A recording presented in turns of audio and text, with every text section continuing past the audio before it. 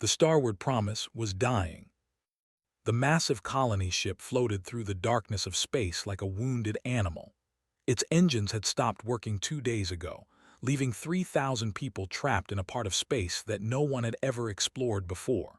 The ship was huge, almost 2 kilometers long, filled with families who had left Earth to find a new home on a distant planet. Now they were lost, drifting through the black emptiness between stars.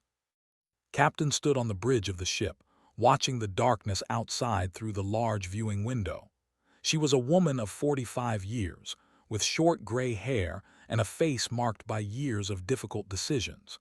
She had commanded ships for 20 years, but she had never felt fear like this before. Her hands were steady, but inside her chest, her heart was beating fast. Around her, the bridge was filled with activity.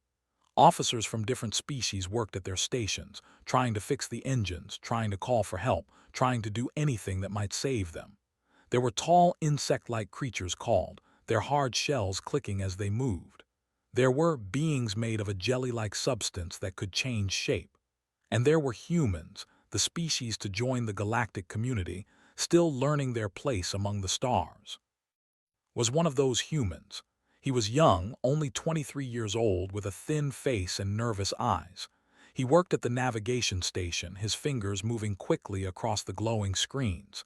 He had graduated from the academy just 1 year ago. This was supposed to be a simple mission: take the colonists to their new home.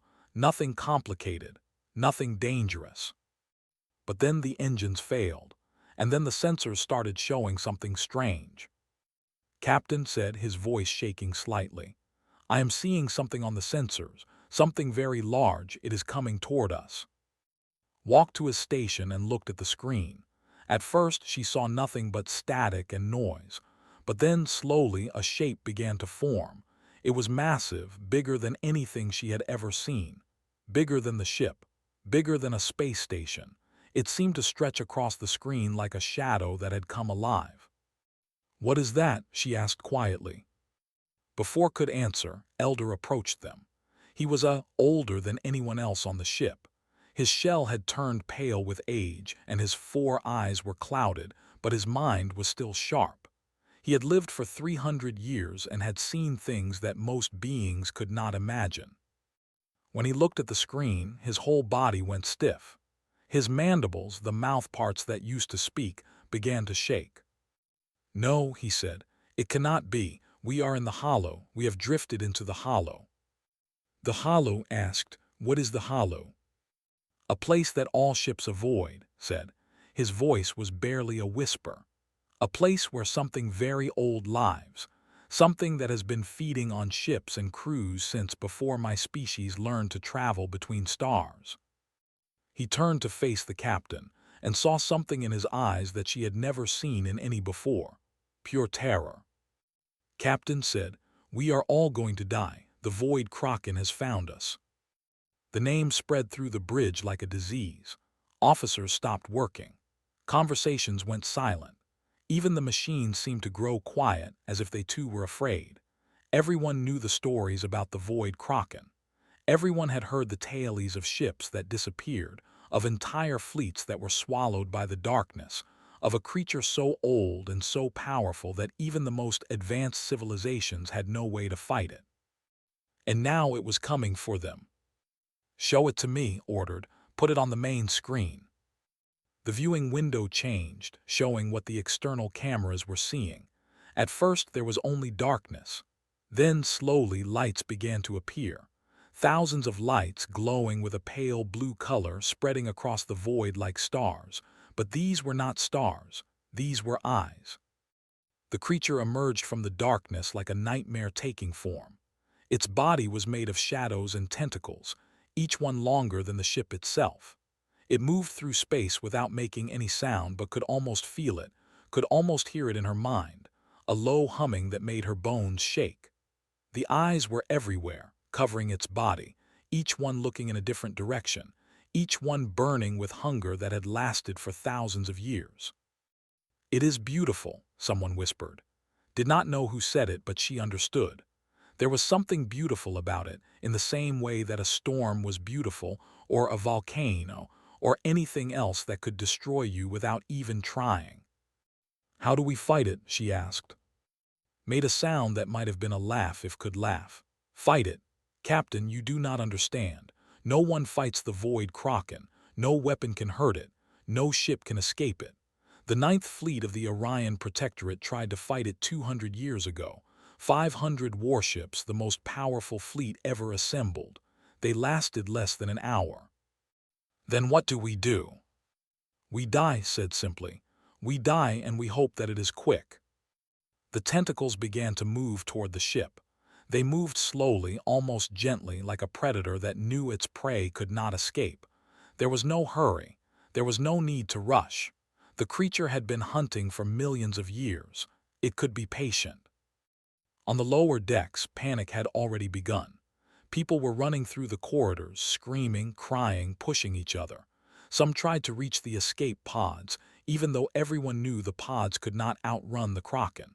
Some held their families close and prayed to whatever gods they believed in.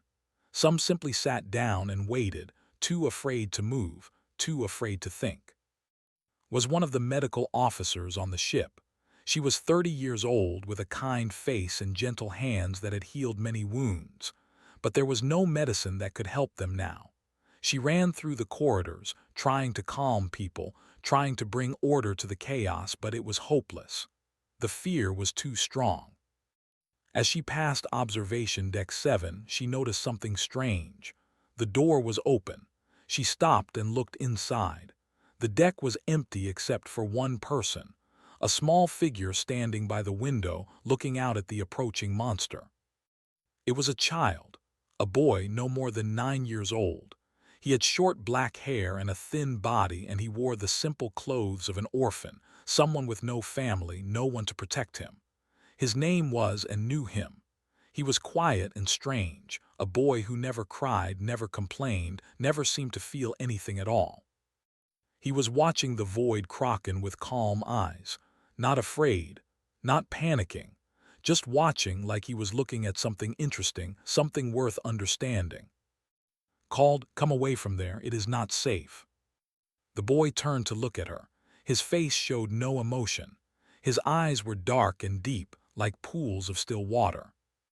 "It is hungry," he said. "It has been hungry for a very long time." Before could respond, the ship shook violently. The first tentacle had touched the hull. Metal screamed as it was crushed. Lights flickered. Alarms began to wail. The void Kraken had begun to feed. And somewhere in the chaos, a small boy was making a decision that would change the history of the galaxy forever. Had been alone for most of his life. He was born on a small mining ship called the Iron Heart, somewhere in the outer regions of human space. His mother was a mechanic who fixed broken machines. His father was a pilot who guided the ship through dangerous asteroid fields. They were poor people, working hard to earn enough money to give their son a better life. They loved him very much, even though they did not have much time to spend with him. When he was 4 years old, pirates attacked the Iron Heart. They came without warning, their weapons tearing through the ship's weak defenses. His father fought back, but he was just one man against many. His mother hid in a storage container, telling him to stay quiet, to stay still, to not make any sound no matter what he heard. He stayed in that container for 3 days. When the rescue ships finally arrived, they found still sitting in the same position, not moving, not crying, not making any sound.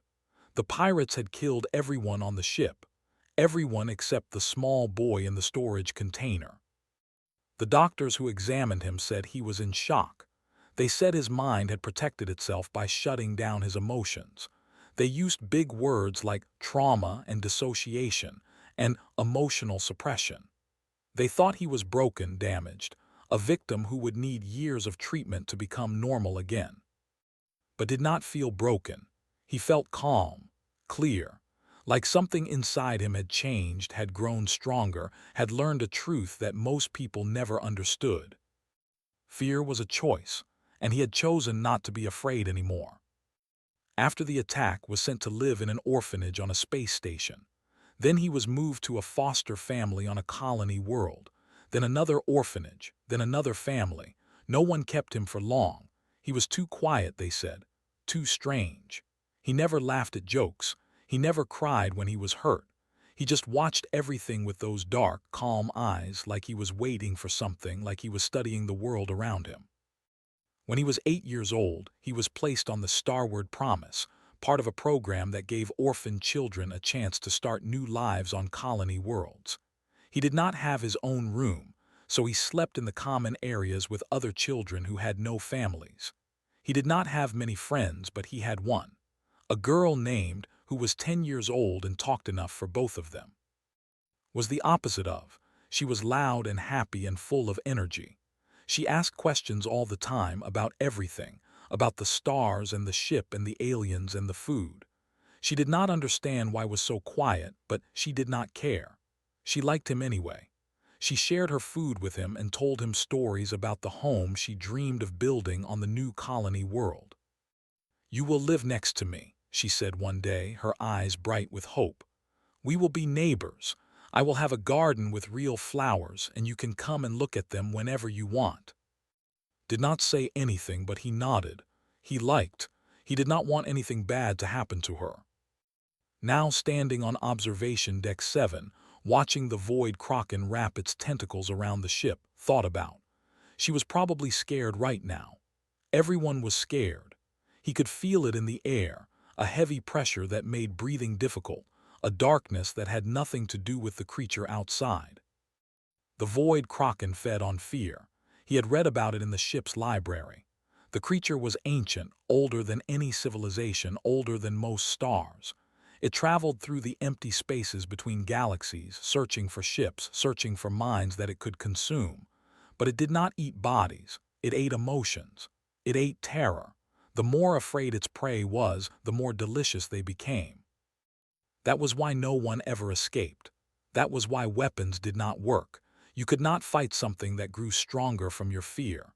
The moment you saw it, the moment you understood what it was, you were already feeding it.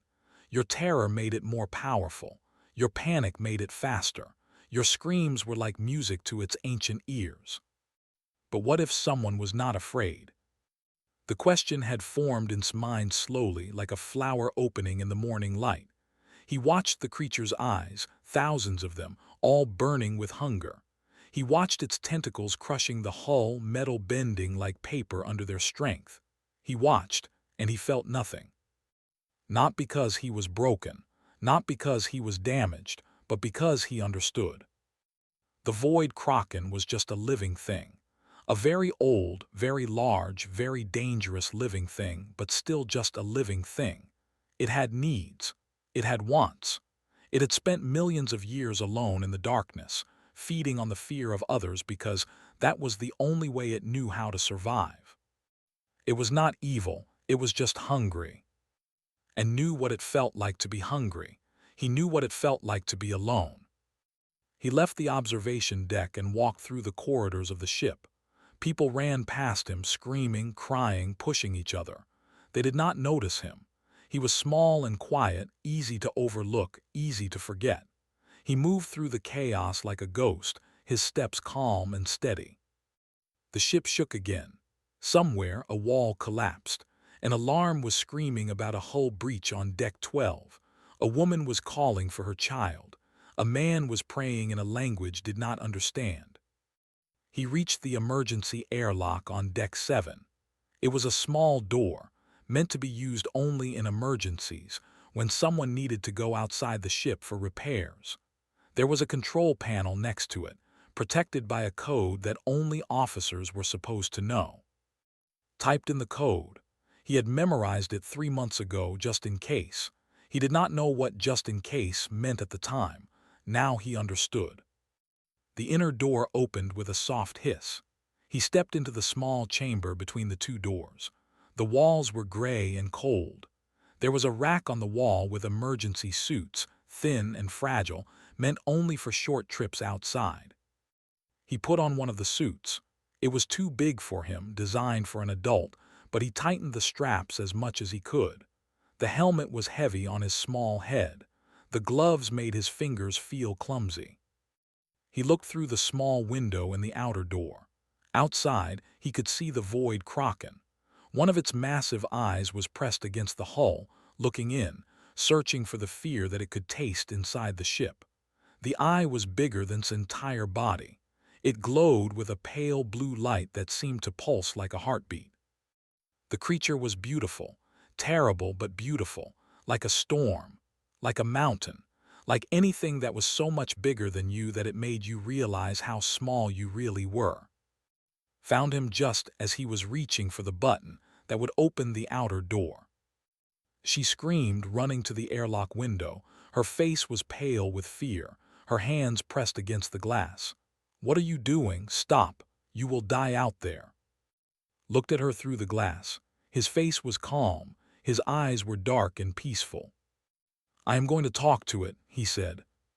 "Talk to it, it is a monster, it will kill you." Shook his head slowly. "No," he said, "it will not. It does not want to kill, it wants to eat, and I do not have anything it wants to eat." He pressed the button. The outer door opened. The air rushed out of the chamber, pulling him with it. For a moment, he tumbled through the void, spinning slowly, the stars wheeling around him.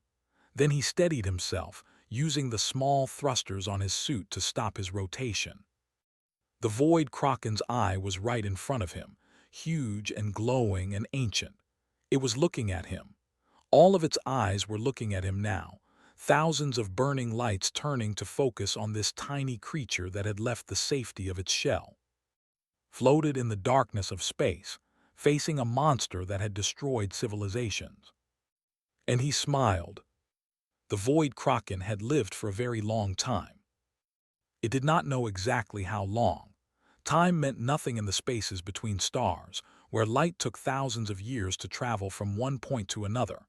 It had existed before the first civilizations built their first cities. It had watched galaxies spin and change and grow old. It had seen stars being born and stars dying. It was older than history, older than memory, older than anything that had a name. In all that time, it had learned one simple truth: all living things were afraid. Fear was the taste of life. Fear was the music of existence. Every creature that thought, every being that dreamed, every mind that could imagine the future also imagined the terrible things that might happen: death, pain, loss, loneliness. These fears lived inside every living thing like seeds, waiting to bloom, waiting to be harvested. The void Kraken fed on these fears. It did not eat bodies or drink blood. It ate emotions. It swallowed terror. When it approached a ship, it could taste the fear inside, could feel the panic growing, could sense the screaming minds like points of light in the darkness. The fear made them delicious. The fear made them satisfying. It had consumed civilizations this way. The Orion Protectorate, with their mighty warships and brave soldiers, had tasted like fire and smoke, their courage turning to ash as they understood they could not win. The Pilgrim worlds, with their peaceful monks and quiet temples, had tasted like cold water, their calm faith shattering like glass when they saw the truth of the universe. The collective, the empire, the countless species that had risen and fallen across the ages, all of them had fed the void Kraken with their terror. Now it was feeding again. The ship before it was small, barely worth noticing. But the fear inside was rich and strong, 3,000 minds all screaming at once, all flooding the darkness with their delicious panic. The creature wrapped its tentacles around the hull slowly, taking its time, enjoying the way the fear grew stronger as the metal bent and cracked. Then something strange happened. A small creature left the ship. The void Kraken turned its attention to this tiny thing floating in the void.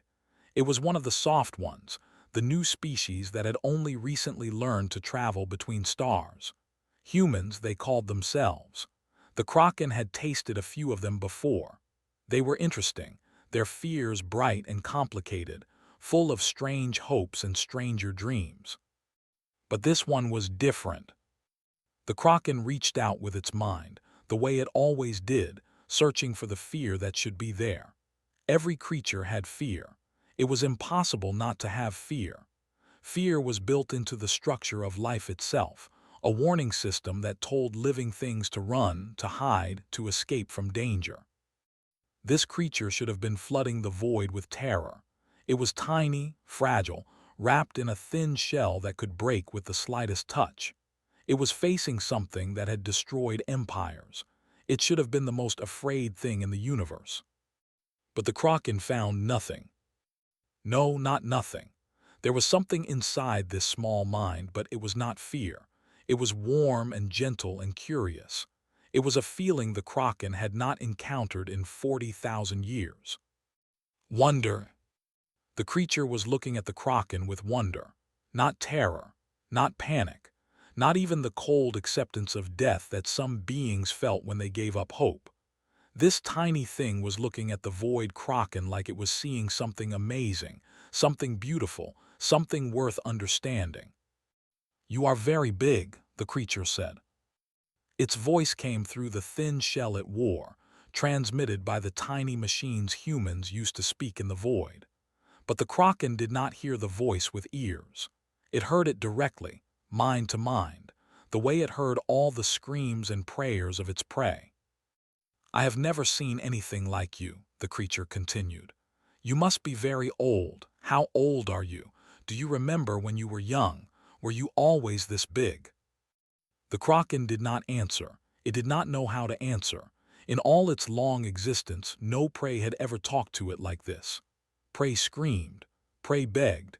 Prey prayed to their gods or cursed their enemies or simply went silent with terror. Prey did not ask questions. "My name is," the creature said. "What is your name?" Name, the concept was strange. The Kraken did not have a name. Names were things that small creatures used to tell each other apart, to create connections, to remember each other. The Kraken had no one to tell apart from. It had no one to connect with. It was alone, had always been alone, would always be alone. "You do not have a name?" the creature asked, as if it could hear the Kraken's thoughts. Maybe it could. The Kraken was not sure anymore. "That is sad. Everyone should have a name. A name means someone knows you exist. A name means you matter." Inside the ship, panic was still spreading. But on the bridge, Captain had noticed something strange. The Kraken's tentacles had stopped moving. They were still wrapped around the hull, but they were not crushing anymore. They were just holding, gently, like someone who had grabbed something and then forgotten why. "What is happening?" she asked. "Why did it stop?" Pointed to one of the screens. It showed the external view, the image enhanced, and there, floating in front of the Kraken's largest eye, was a small figure in an emergency suit. "Is that a child?" whispered. Burst onto the bridge, her face wet with tears, her breath coming in short gasps. "Captain, a child went outside. One of the orphans. He went out through the airlock on deck 7. You have to bring him back. You have to save him." But could not move. She could not look away from the screen. The child was floating right in front of the monster, close enough to touch, and the monster was not eating him. The monster was not killing him. The monster was just looking at him, all its thousands of eyes focused on this tiny creature that had come out to meet it. "Captain," Elder said slowly. His voice was different now, no longer filled with despair. Instead, there was something like confusion, something like awe. "I do not understand. Why does the child not fear? I can feel the fear of everyone on this ship. It is like a storm in my mind, but from the child I feel nothing. He is empty." "Not empty," said quietly, finally understanding. "Peaceful, he is at peace." Outside had drifted closer to the Kraken's eye. He reached out his hand, his small fingers stretching toward the massive surface that glowed with ancient light. "You are beautiful," he said. "I know you are supposed to be scary. I know everyone is afraid of you. But I think you are beautiful, like a storm, like the ocean, like all the big things that make people feel small." The Kraken trembled. It was not used to this. It was not used to being seen. Prey looked at it with terror, with horror, with the desperate hope that what they were seeing was not real. But this child was looking at it with eyes that were clear and calm, eyes that saw the Kraken not as a monster, but as a living thing. "Are you lonely?" asked. "You have been alone for a very long time, haven't you? Swimming through the dark with no one to talk to, no one to understand you. That must be very hard." For the first time in millions of years, the void Kraken did not know what to do. It hung in space, its tentacles motionless, its eyes blinking slowly, trying to understand this impossible creature that had no fear, this tiny thing that looked at oblivion and saw a friend. Inside its ancient mind, something was changing. Something was waking up. Something that had been sleeping for so long that the Kraken had forgotten it existed. Loneliness. It had been lonely. It had always been lonely. And it had never known because there had never been anyone to compare itself to, never anyone who looked at it with anything other than terror. Until now. "It is okay," said softly, his hand finally touching the surface of the Kraken's eye. The touch was gentle, warm, kind. "You do not have to be alone anymore. I am here." The void Kraken spoke. It did not use words the way small creatures did. It did not push air through a throat or move lips to form sounds.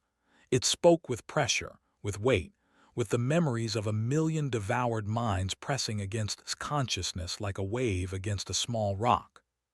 To most beings, this would have been torture. The voices of the dead, all screaming at once, all begging for release, all crying out with the terror of their final moments. Civilizations had gone mad just from hearing the echo of the Kraken's voice. Powerful warriors had fallen to their knees and wept like children. Just tilted his head slightly, like someone listening to music that was a little too loud. "Why do you not fear, small thing?" The voice was huge, filling every part of his mind but did not flinch. He thought about the question carefully, the way he thought about everything. "I do not know," he said honestly. "I used to be afraid, when I was very small, but then something bad happened and after that being afraid seemed like a waste of time. Fear does not help anything. It just makes you feel bad. I have CONSUMEDWORLDS. I have ENDEDEMPIRES. I am the void itself." "That is very impressive," said, "but you still have not told me your name." The Kraken was silent for a long moment. Inside the ship, everyone was watching the screens, watching this impossible conversation between a child and a god. No one spoke. No one moved. Even the alarms had gone quiet, as if the ship itself was holding its breath. "What is happening?" whispered. "What are they doing?" Captain shook her head slowly. She had no answer. In all her years of traveling through space, in all her training and experience, nothing had prepared her for this. Elder was watching with all four of his eyes. His mandibles were moving slightly, the way they did when we're thinking very hard. He had studied humans for decades, trying to understand this strange new species that had spread across the stars so quickly. He thought he knew them. He thought he understood their strengths and weaknesses, their hopes and fears. He was wrong. "I once wrote a report for the Galactic Council," he said quietly, his voice barely above a whisper. "It was about humans. I said they were dangerous because of their weapons, because of their ships, because of their willingness to fight. I said the galaxy should watch them carefully, should be afraid of what they might become." And now was quiet for a moment. When he spoke again, his voice was filled with something like wonder. "Now I understand I was completely wrong. Humans are not dangerous because of what they can destroy. They are dangerous because of what they can love. They love things that would kill them. They love things that make no sense to love. They look at a monster that has ended civilizations, and instead of running, instead of fighting, they ask if it is lonely." He turned to look at, and she saw that his eyes were wet. Did not cry the way humans did, but they had their own way of showing strong emotions. "This is why you will conquer the galaxy," he said. "Not with weapons, not with ships, but with this, with children who smile at the darkness and ask if it needs a friend." Outside was still floating in front of the Kraken's eye. His hand was pressed against its surface, feeling the warmth that pulsed beneath. It felt like touching a living sun, ancient and powerful and strangely gentle. You are strange, small thing. You are not like the others. Everyone is strange, said. Everyone is different. That is what makes things interesting. If everyone was the same, the universe would be very boring. The others fear me. THEY run, they scream, they beg for mercy. I know, but that is because they do not understand you. They see something big and scary and they assume it wants to hurt them. But I do not think you want to hurt anyone. I think you are just hungry, and maybe sad. The Kraken was silent again, could feel its mind pressing against his, vast and ancient and full of memories that stretched back to the beginning of time. It was searching for something, trying to understand him the way he was trying to understand it. What is sadness? The question surprised. He thought about it for a moment. Sadness is when you want something and you cannot have it, he said. Or when you had something and you lost it. Or when you are alone and you wish you were not alone. It is a feeling that hurts, but not like a cut or a bruise. It hurts inside in a place you cannot touch. I do not understand. That is okay. I do not understand a lot of things either. But I think you feel sadness, even if you do not know what to call it. I think you have been sad for a very long time. The Kraken's tentacles moved slowly, shifting around the ship. Inside, people screamed, thinking the creature was going to crush them. But the movement was not aggressive. It was thoughtful, almost gentle, like someone adjusting their grip on something precious. How do you know this?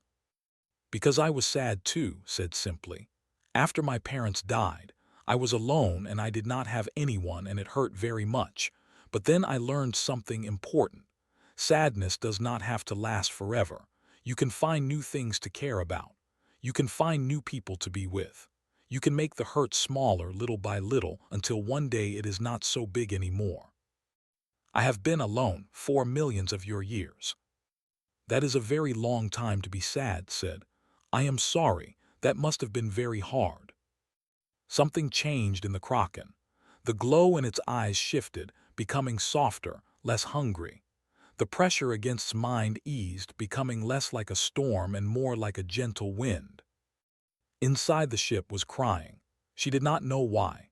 The tears just came, flowing down her cheeks as she watched the screen. Beside her was crying too. Even Captain had to blink several times to clear her vision. He is saving us, whispered. A 9-year-old boy is saving us by being kind to a monster. That is what humans do, said quietly. That is what makes them special. They do not just survive. They do not just fight. They connect. They reach out, even when reaching out seems impossible. They offer love to things that do not know what love is. Outside was still talking to the Kraken, his small voice carried by the suit's communicator, his words reaching across the gulf between a child and a creature older than stars. You do not have to eat them, he said, pointing back at the ship. The people inside. They are scared, yes, but they are not bad. They have families and friends and dreams. They just want to find a new home, somewhere they can live and be happy. They fear me. Yes, but fear is not forever. I can teach them not to be afraid. I can show them that you are not a monster. You are just different, and different is not bad. Different is just different. The Kraken was quiet for a very long time, waited patiently, floating in the void, his hand still pressed against the ancient eye. He was not afraid. He was not worried. He had faith that somewhere deep inside this enormous creature, there was something that could understand kindness. Finally, the Kraken spoke again. What do you want, small thing? Smiled. I want you to let them go, and I want you to come with us. I want to show you that you do not have to be alone anymore. I want to be your friend. The universe held its breath. And the void Kraken, the ender of civilizations, the terror that swims between stars, made a choice that would change the course of history. The Galactic Council met in emergency session 3 months later. Representatives from 100 different species gathered in the Great Chamber. a massive room built on a space station that orbited a dying star. They came from every corner of the known universe, beings of all shapes and sizes, creatures of flesh and crystal and energy and light. They had ruled the galaxy for 10,000 years, making laws, settling disputes, trying to maintain peace among species that often wanted to destroy each other. Today they were gathered to discuss something that should have been impossible. Elder stood before them, his old body trembling slightly under the weight of what he had to say. He had practiced his speech many times, but the words still felt strange in his mouth, like he was describing a dream rather than something that had actually happened. 3 months ago, he began, the colony ship Starboard Promise encountered the entity known as the Void Kraken in the region of space called the Hollow. The chamber erupted in whispers and gasps. Everyone knew about the Void Kraken. Everyone had lost something to it at some point in their history. Ships, fleets, colonies, people they loved. The Void Kraken is no longer a threat, continued. It has been transformed, changed, and the being responsible for this transformation was a human child named who was 9 years old at the time of the encounter. The whispers grew louder. Disbelief and confusion spread through the chamber like a wave. I was there, said, raising his voice to be heard. I saw it with my own eyes. The child left the ship alone, wearing nothing but an emergency suit. He floated in front of the Kraken and he spoke to it. He asked it questions. He offered it kindness. And the creature that had destroyed empires, the monster that had fed on fear for millions of years, chose to spare us. He paused, letting the weight of his words sink in. The Void Kraken carried our ship to safety. It protected us. And then it disappeared back into the darkness. But before it left, it gave the child something, a piece of itself, a fragment of its consciousness, wrapped around the boy's shoulder like a glowing ribbon, a gift, a promise. The chamber was silent now. Every being was watching, waiting, trying to understand. The Kraken will return, said, not as a predator, not as a threat, but as a guardian. It has chosen to protect the ship routes near the Hollow. It has chosen to watch over the beings that travel through its territory. All because a human child showed it kindness. All because one small creature looked at oblivion and saw a friend. Far away, on a colony world called New Horizon, the Starboard Promise had finally reached its destination. The colonists were building their new home. Houses were going up, gardens were being planted, children were playing in the fields under an alien sun. It was everything they had dreamed of, everything they had traveled so far to find. A new beginning, a fresh start. Captain stood on a hill overlooking the growing town, watching the progress with tired but satisfied eyes.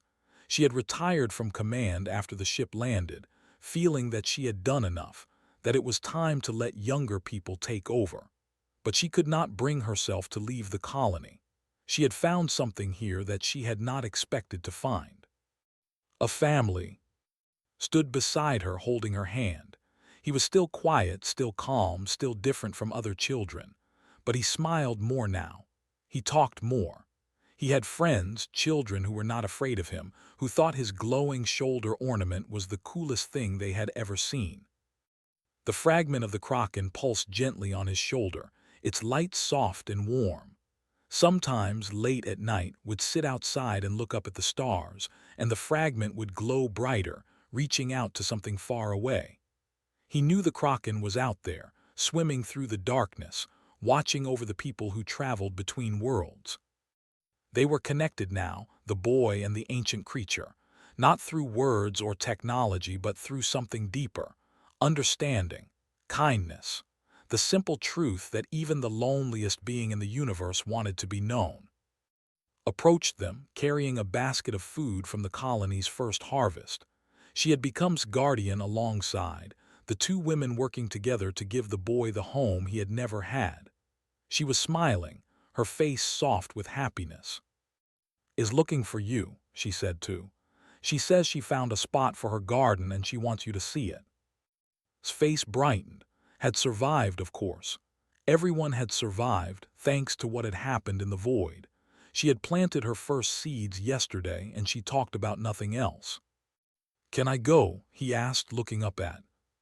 "Of course," she said, squeezing his hand before letting go. "Just be back before dark." He ran off down the hill, his small legs pumping, the fragment on his shoulder trailing light like a comet. Watched him go, feeling something warm in her chest. "He saved us all," said quietly. "And he does not even think about it. He just plays with his friends and helps with the garden and acts like a normal child." "That is what makes him special," replied. "He does not think he did anything unusual. He just did what seemed right. He saw something that was hurting and he tried to help." "Is that a human thing, or just a thing?" Thought about the question for a long moment. "I think it is both," she said finally. "I think we all have the ability to reach out, to show kindness, to see past our fear to the thing underneath. But most of us forget. We let our fear control us. We let our past experiences tell us what is possible and what is not. Never learned those limits. He never learned to be afraid of being kind." In the great chamber, Elder was finishing his testimony. "They asked me once why humans are so dangerous," he said. "I told them it was because humans fight, because they build weapons, because they never give up even when they should. But I was wrong." He looked around the chamber, meeting the eyes of beings from 100 different worlds. "Humans are dangerous because they love. They love recklessly, irrationally, even when it should be impossible. They love things that would destroy them. They love things that make no sense to love. And somehow that love becomes a weapon that no darkness can withstand." He paused, letting his words echo in the silence. "A 9-year-old child defeated the greatest threat our galaxy has ever known, not with a fleet, not with a weapon, but with a smile and a question and a hand reaching out in friendship. That is what humans are capable of. That is why I believe they will change the galaxy forever. Not because they will conquer us, but because they will teach us. They will teach us that even monsters deserve kindness. They will teach us that even oblivion can be a friend." The chamber was silent when he finished. No one spoke, no one moved. And then slowly, one by one, the representatives began to stand. They did not applaud because most species did not have that custom, but they stood, showing respect in the way their cultures understood it. 100 different beings, rising together, honoring a child who was playing in a garden on a distant world. On New Horizon reached garden. It was a small patch of earth, carefully cleared, with tiny green shoots just beginning to push through the soil. Was kneeling beside it, her face dirty, her hands covered with earth, her smile bright and proud. "Look," she said, "they are growing, real flowers just like I dreamed." Knelt beside her, looking at the tiny plants. The fragment on his shoulder glowed warmly, and for a moment he could feel the Kraken out there in the darkness, feel its ancient mind touching his. It was happy. He did not know how he knew, but he knew. The creature that had been alone for millions of years was happy because it had finally found something it had been looking for all along. Connection, purpose, a reason not to be alone. "They are beautiful," said, reaching out to touch one of the tiny leaves. Laughed and pushed his hand away. "Do not touch them. They are still growing. You might hurt them." "I will be careful." "You better. These are my flowers. And you promised to be my neighbor, remember? Your house will be right over there, and you can see my garden from your window." Smiled. It was a real smile now, warm and genuine, the smile of a boy who had finally found a home. "I remember," he said. Above them, the stars were beginning to appear as the sky grew dark. Somewhere out there, in the vast emptiness between galaxies, a creature older than time was watching, waiting, protecting. It had been the terror of civilizations, the ender of empires, the void itself given form and hunger. Now it was a guardian, a friend, a promise kept. All because a small boy had looked at the darkness and seen something worth loving.